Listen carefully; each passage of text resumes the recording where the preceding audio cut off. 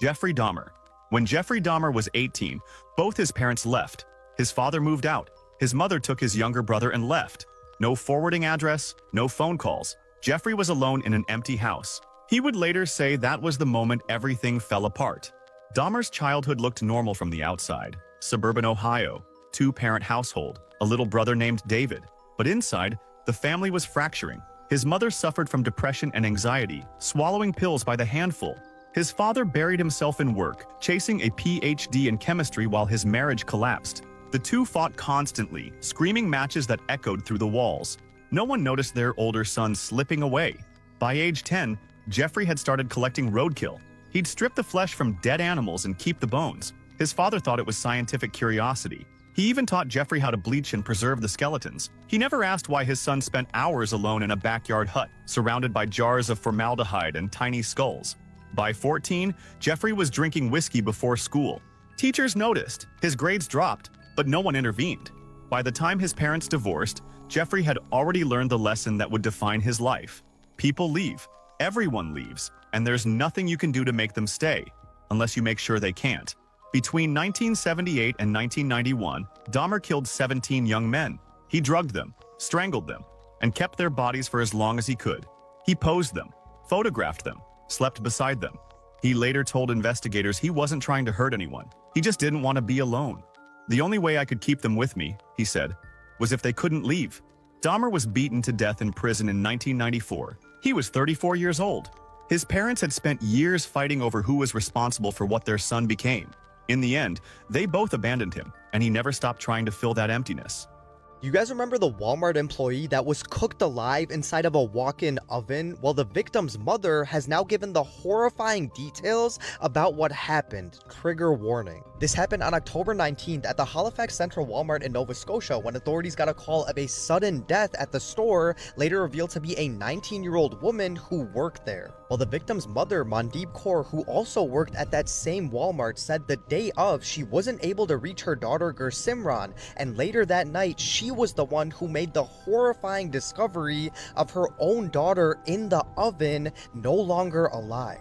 She said, "I opened the door and she was there. I couldn't handle myself. I was there on the floor with her for 5 or 10 minutes. I didn't know what happened." She also recalled black-brown liquid that resembled tar oozing from the walk-in oven. She said that liquid was coming from her daughter's body, and her body was charred beyond recognition. Authorities then looked into the whole situation and determined that her death was not suspicious, and the Department of Labor cleared Walmart of any wrongdoing, and they reopened the store almost immediately. People then immediately started speaking out, like Walmart employees saying that it's protocol to clean the oven while it's on, and that's probably why she was in there. And all of them said that the ovens have release buttons from the inside, and there's no way you can get closed in accidentally. Either she closed herself in or someone else did.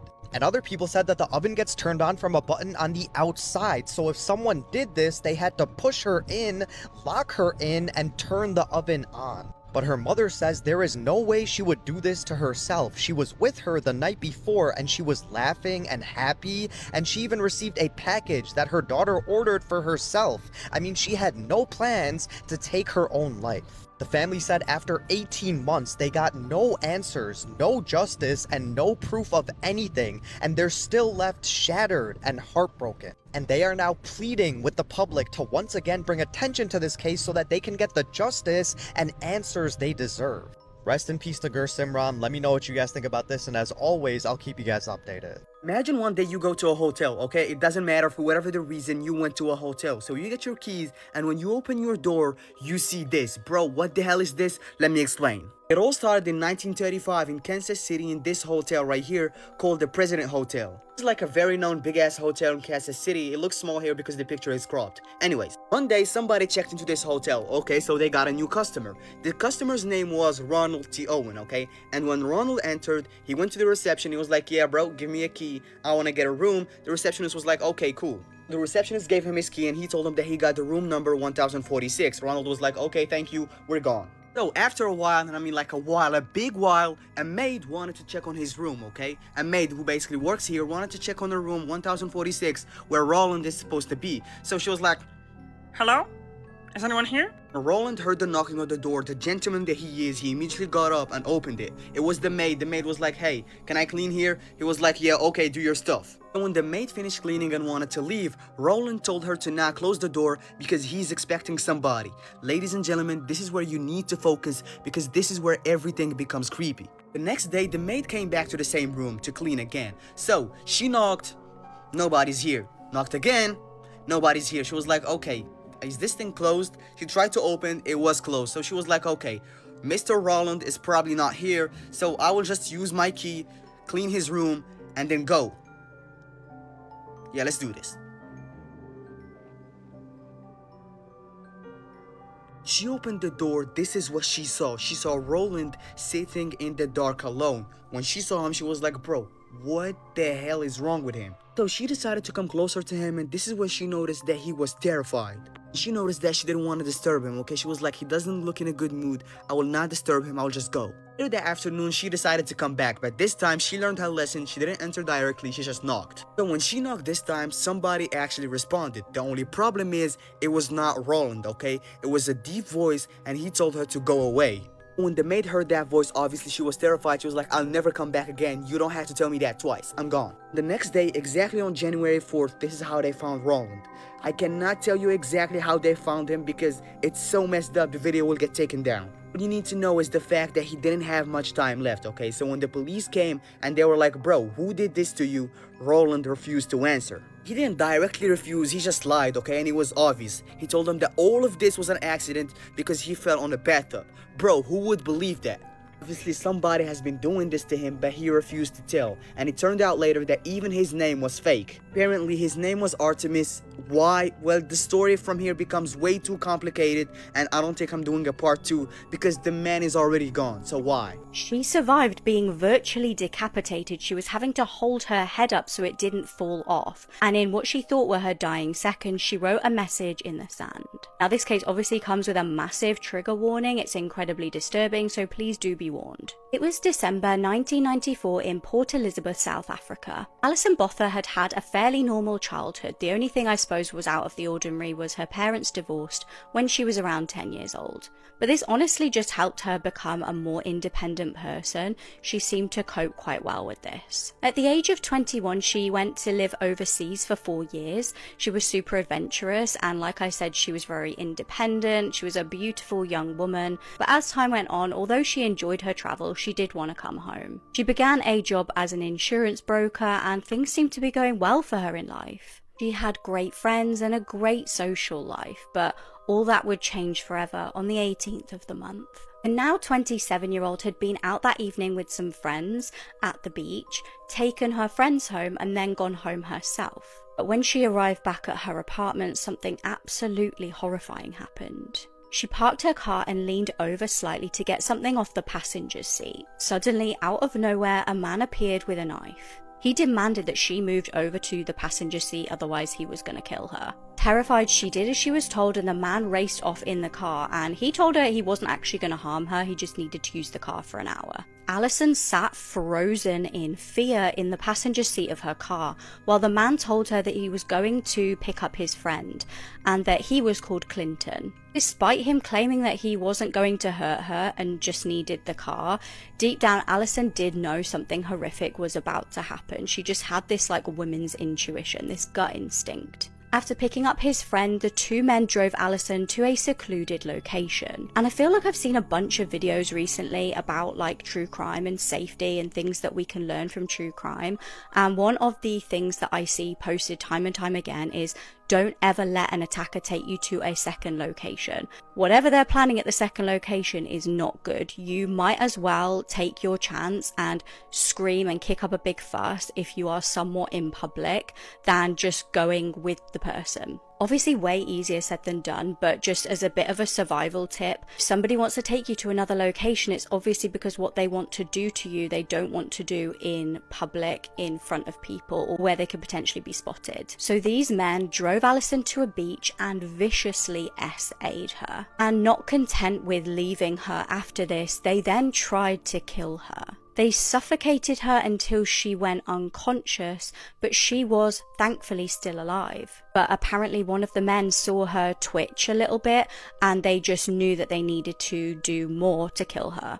They then stabbed her over 30 times in the abdomen. But again, Alison was such a fighter, she was still alive. The brave woman was hanging on to life just by a thread. They then slashed her throat 16 times. Now, they were pretty sure she was dead by this point. They had no issue with starting to call each other their actual real names. Now, the Clinton name was a lie.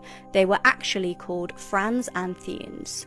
And this determined, intelligent woman, even when she literally thought she was about to die, decided to use this to her advantage, to hopefully make her attackers pay for what they'd done. Believing she was about to die, she wrote her attacker's name in the sand that she was laying and bleeding into, and she also wrote, "I love Mum." She actually heard the attackers say, "Do you think she's dead?" and another one replying, "No one can survive that." But she was desperate to survive, and if there was anything that she could do to increase her chances, she was going to take it. She literally dragged herself to a nearby road in the hopes that a passerby would see her and get her help. She was literally trying to hold her head up at this point. Bear in mind, she'd nearly been decapitated. She then ultimately collapsed. But by some miracle, a lovely man called Tian Elerd, I hope I'm saying that right, spotted her and immediately called for help. By this point, poor Alison was having to hold her intestines into her body because they were falling out. She was raced to hospital, and one doctor said that in the 16 years of working at that hospital, he'd never seen such horrific injuries. Thankfully, Alison was able to identify her attackers, and both were found guilty and sentenced to life in prison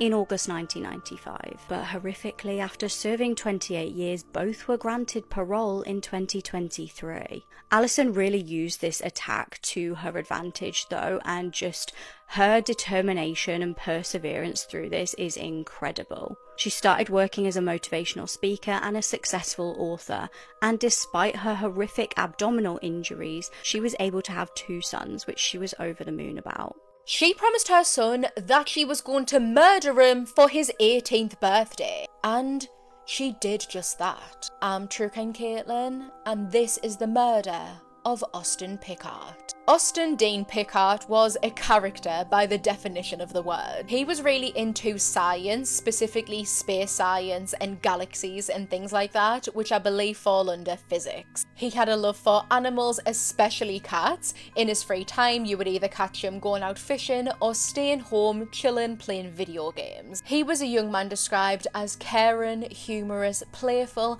and very much loved by his friends and family. 17-year-old Austin lived in Holland, Michigan with his 40-year-old mum, Katie Austin Lee. And on the 21st of February 2025, police would arrive to their apartment after receiving a chilling 911 call. Katie had rang the emergency services, and what she told the dispatcher was confusing.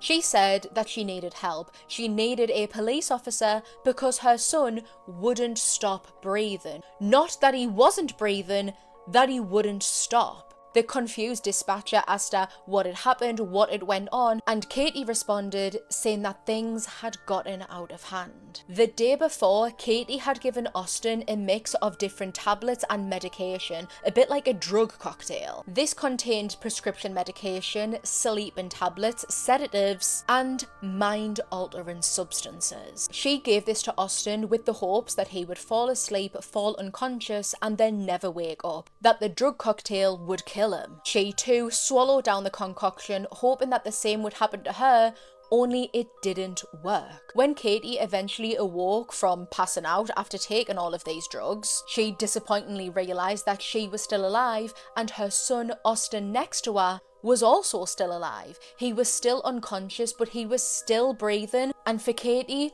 that just wouldn't do. She would retrieve a kitchen knife and proceeded to sadistically stab Austin and killed him. After calling 911, the police arrived to the Bay Point apartments where a blood-soaked Katie answered the door, gripping a knife in her hand and started to point it at the officers, threatening them. They repeatedly told her and asked her to put down the knife, but when she refused, they were forced to taser her twice to make her drop the knife. She was placed into handcuffs and officers made their way through the apartment when they would arrive at the bedroom of 17-year-old Austin. He would be found dead, lay on a blood-soaked bed. He had injuries to his neck, his arm, and his wrist, all of which had been inflicted by the kitchen knife by his own mother. Katie tried to make on that this wasn't a murder committed out of anger or fury or resentment or anything like that. Actually, it was the complete opposite. This was a murder out of love. This is something that Austin had wanted. According to her, for some unknown reason, Austin didn't want to turn 18. And so she promised him that she would kill him before his 18th birthday and that she would die too. His 18th birthday was the 22nd, so the day after his body was discovered and after the 911 call was made. When police arrived to the apartment, Katie was hoping that they would kill her because she was refusing to drop the knife. After being arrested and charged with the murder of her own son, Austin Pickard, Katie decided to accept a plea deal. In exchange for not being charged with first-degree murder, which would carry a sentence of life imprisonment without the possibility of parole, she would plead guilty to several charges, one of them being second-degree murder, and the next one speaks to the severity and the sheer horror of Austin's injuries, because she was charged with torture.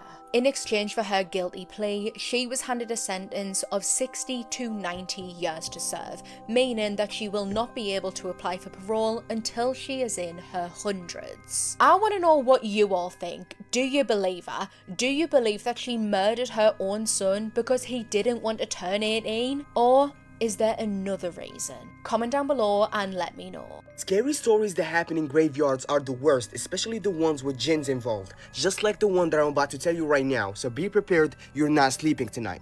It all started in this country right here, Saudi Arabia, most precisely between these two cities right here, Mecca and Medina. See, between these two cities, there is a road that everybody avoids, okay, and they avoid it for a reason. It's old, there is no light, and there is a graveyard in between. And you guessed it, the story happened in this graveyard, more like cemetery, called the Abwa Cemetery. The story starts with a group of 4 people in a car going through that road. It's important to know that the road looks pretty much like this, dark, empty, and old. So the group is trying to do this fast, okay? They don't want to stay here because it will only cause them problems. But obviously something happened. You see, while they were in the car, one of them heard a voice, so he told the driver to stop and told everybody to listen to see if he's the only one hearing that voice. So when the car stopped and everybody started listening, they heard something, and let me describe to you what they heard. All the group heard Quran recitation. For those who don't know, Quran is the holy book for Muslims, okay? But that's not the problem. The problem is who is doing this out loud in the middle of the night, in the middle of nowhere. That's what the group asked themselves. They were confused, so they decided to follow the voice that's reciting. So they kept following that voice and it led them to this place, a cemetery. This is where the group realized that they were cooked, baked. If you're asking why, well, I need you to focus right now because this is where the story becomes technical. The recitation they are hearing from the graveyard is wrong, like false. Bro, what do you mean? Well, whoever's doing this is using correct verses, okay? The verses he's reciting exist, but the problem is he's making mistakes and he's doing it on purpose. Let me give you an example so you can understand.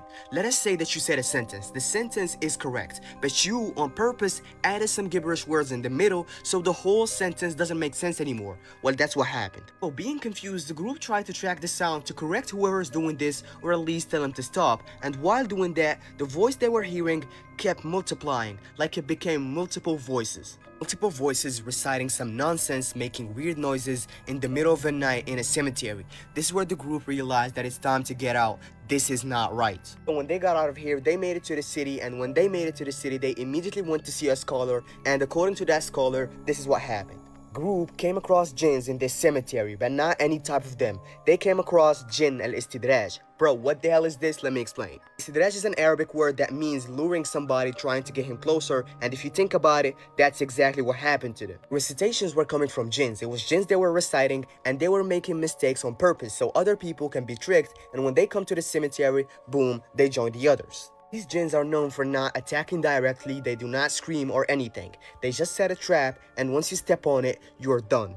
At least they make the job easier by sliming you in a cemetery so you can be buried right after. This is kindness, you just don't understand it. Every single state in the US has had at least one serial killer, if not multiple, a horrifying fact we've been talking about for almost a year at this point, and today I'm going to be telling you guys about one of the most notorious killers that ever was in Maine. Today we are talking about Richard Evanitz. He offended in multiple states, not just Maine. What he potentially did in Maine greatly affected and still to this day haunts the community there. And originally I was going to tell you guys about John Joubert. Last minute I decided to tell you guys about him instead. So I'm not going to get too much into Richard's history. It doesn't really matter too much. But just know that his dad sucked, and that's honestly an understatement. He was horrible. He belittled Richard. He called him a moron, all these horrible names. And then when he was only 6 years old, he literally drowned his pet dog in front of him and then tried to drown him as well. Horrible, abusive in multiple different ways, like terrible dad. So obviously he had trauma and self-image issues later, and that comes into play with everything he does. It doesn't excuse anything. Obviously there's no excuse for anything he does, but it does give you some insight into kind of what I would say like broke him and made him into the monster that he is. So on January 3rd of 1987 was his first documented crime. He would probably have been about 23, 24 years old at this point. He pulled up his car, and I have to really be careful with how I say this because of TikTok, and also I just don't want to say what he did.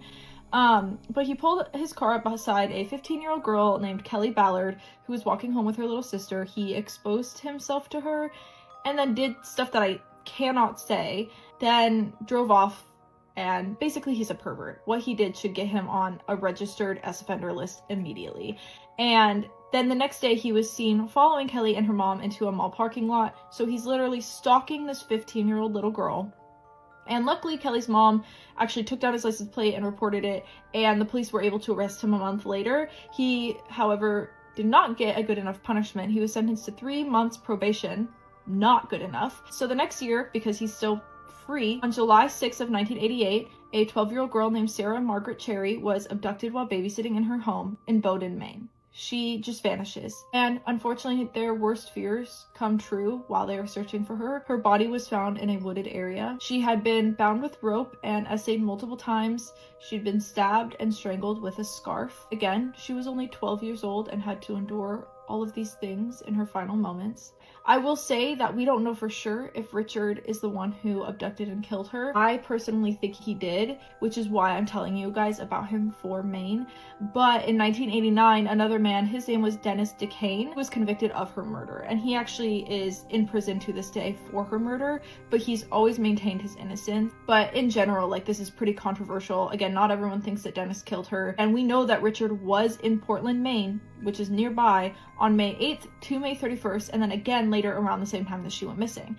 And we know that Richard kind of has this pattern of stalking his victims before taking them. It is completely possible that he saw her, stalked her, and then came back and killed her in July. Her body was found only 13 miles from the commissary where Richard was usually at when he was there in Maine. He also had access to a white Toyota Corolla, which is a car that was like spotted by witnesses near where Sarah's body was found. Again, to this day, Dennis is in prison for her murder. Many people, including myself, think it's more likely that Richard killed her, and so that is why I am telling you guys about him for Maine, because this 12-year-old little girl goes missing. She's abducted. It's horrific.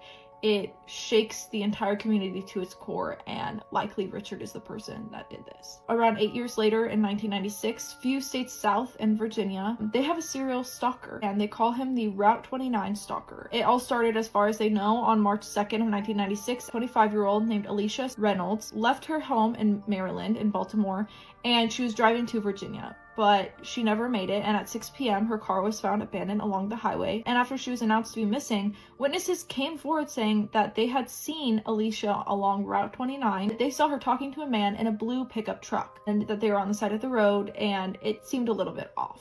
Her body ended up being discovered in a wooded area 15 miles southeast of where she had gone missing. And after her disappearance and everything like hit the news and people are realizing that like maybe there's a creepy guy in a blue truck out there, about 20 different women from the area came forward saying that while they're driving in the same area on Route 29, a man in a pickup truck, a blue pickup truck, tried to get them to pull over. He tried to pick them up. He tried to get them to do stuff. A lot of women were made very uncomfortable by this person on this route. In addition, multiple different police officers think that they saw the same guy in the same truck harassing or stalking women along this road. Why they didn't intervene, I don't know. It's reported that as many as 3 separate times they thought they saw this guy stalking women. So now people are worried that there's some horrible, weird, creepy guy using Route 29 to stalk victims. And then on September 22nd of that same year, the burned remains of a 20-year-old, her name was Anne Carolyn McDaniel, were discovered less than 10 miles from where Alicia's body had been found, and she was going to hitchhike along Route 29. And then her charred, burned remains are found in the woods. When they do arrest Richard for other things that I'll get into in a minute, they connect him to Anne because they went into his footlockers at work and he had a piece of paper with directions to her body scribbled on them. That's not something you would accidentally have. That's not a coincidence. He wrote instructions to her dump site to go back and visit it, and they found it in his work locker. And so that's how they tied him to Anne. And that is why they think he's the Route 29 stalker, because they think that Anne was a victim of the Route 29 stalker, and now they think that the Route 29 stalker was Richard. Not only that, but on September 9th of 1996, so right before the discovery of Anne's body in the Route 29 case, Richard, and we know this for a fact, he abducts 16-year-old Sophia Marlene from her house in Virginia. She was last seen doing homework on the front steps of her house, and then she was taken, and it's apparently without any struggle, because he takes her in broad daylight while she's sitting on the porch of her house, and then she's just gone, and no one saw anything. And obviously she goes missing, no one knew what happened to her, and a month later, her decomposed body was found in a creek, and she was wrapped in a white cover, and her body had been shaved and, tampered with in certain areas that I'm not going to say on this video, but just it was graphic and horrible, and whoever is doing this is a sick, disgusting person. The next year, on May 1st, he abducted 2 sisters, Kristen Michelle Lisk, who was 15, and her little sister, who was only 12, Catherine Nicole Lisk. They were last seen getting off of their school buses, and then they vanished, and now we know that he took them. Their father says that he came home from work and couldn't find his daughters. All he found was Kristen's book bag lying there, and it kind of had signs of a struggle. She wouldn't have just left her backpack lying there and then left. That just wouldn't have been something that happened. And so that's kind of what made him feel like something had gone wrong. We now know that he essayed both of them, strangled them, and then dumped their bodies in the South Anna River, and their bodies were both found 5 days after they disappeared. So Richard has just been a horrible guy. He's abducting little girls, little children, over and over again. And because he's crossing state lines and he's doing this in multiple different areas, and no one is seeing these girls disappear, no one is seeing who's taking them, they had no idea who was doing this, and they hadn't even connected all of these cases at this point. But a few years later, on June 24th of 2002, Richard ends up abducting 15-year-old Kara Robinson. And I have told her story on this page before individually. You can go listen to that. You have to scroll quite a ways. She also is on TikTok. She's an incredible human being and survivor, and you could go listen to her story directly from her. I recommend that you do, because it's always better to hear the story from the survivor than from a random person talking about it on the internet. But he abducted her when she was only 15 years old from her friend's yard in Lexington, South Carolina. He approached her offering pamphlets and asked, is there any adults around or anything like that? And when she said no, he pulls a gun on her from behind a folder and says, "Get in the car," forces her into a plastic bin in the back of his car, and then he drives off with her. And this is also in broad daylight. He abducts a girl in a neighborhood in the middle of the morning. And the fact that no one sees him doing this over and over again is absolutely insane. And it shows that he's done this many times, and that unfortunately he's very skilled in abducting little girls. So he ends up bringing her to his apartment. He dragged the cooler container inside and then made her get out. He ties her to the bed and drugs her, and she's handcuffed by her hands and then bound at her feet. And then apparently he gets sleepy from all the horrific things he's been doing, because he decides to take a nap or go to sleep. And while he is asleep, she very quietly, because he's right next to her, very quietly starts to get out of her restraints. She frees her feet. She gets her hands free. She's still in the handcuffs, but they are no longer tied to the bed.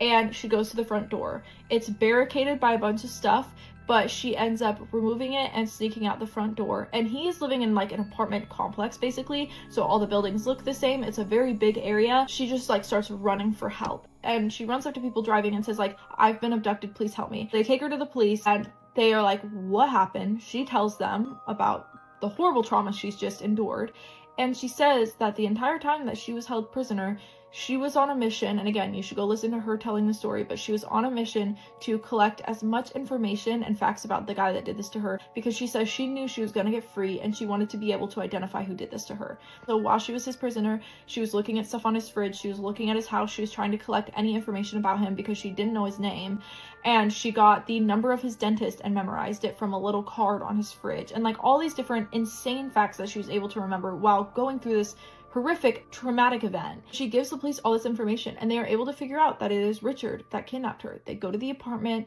and she's able to help them identify which one he lives in, because she says that it's a guy that has birds and all these different animals. Landlord is like, oh yeah, that's this guy. And he brings them to the apartment and they go to arrest him. And unfortunately, he had already fled, because when he woke up and saw that Kara was gone, he obviously knew he was going to get caught. So now he's on the run, but fortunately Kara is safe and she's reunited with her family. He's on the run. There's a huge giant manhunt for him. While they are looking for him, they are also searching his apartment, and they find so many horrible things in his apartment. They find that the fluff that was on the handcuffs that Kara escaped with, that fluff was also found on Sophia's body and then the sisters, Kristen and Catherine's bodies, and that's how they connected him to those kidnappings, because up until this point they didn't know who had done that. They also find hundreds of images and videos of children and nude girls on his computer or in Polaroids.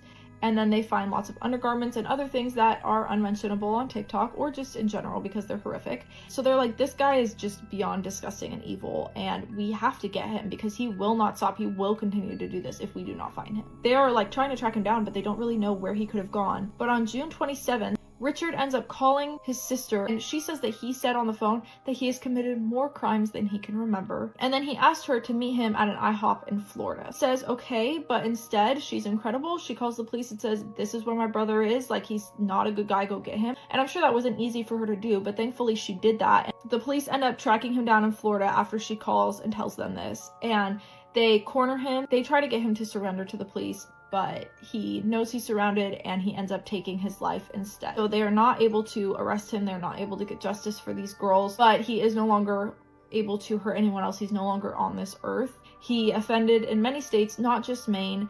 And I know that like the one that I'm telling you guys for Maine is a little bit questionable if he did it. So felt like it was worth telling you guys about for this state, because when you talk about serial killers in Maine, Sarah Cherry's story does come up immediately. It's like haunts so much of the state. It dramatically altered the community, and Richard's name is a very terrifying one in that state. And so I felt like you guys should hear about this for Maine. We only have a few more states left in the series. I'm about to wrap it up. I do want to say that I've been hesitant to post Minnesota's videos. Feel a little bit weird to be posting about Minnesota with everything horrific going on. And I want to proceed with as much caution as I can. I will be posting Minnesota soon, but just keep in mind that there are other things happening there right now that we should be talking about and being angry about as well.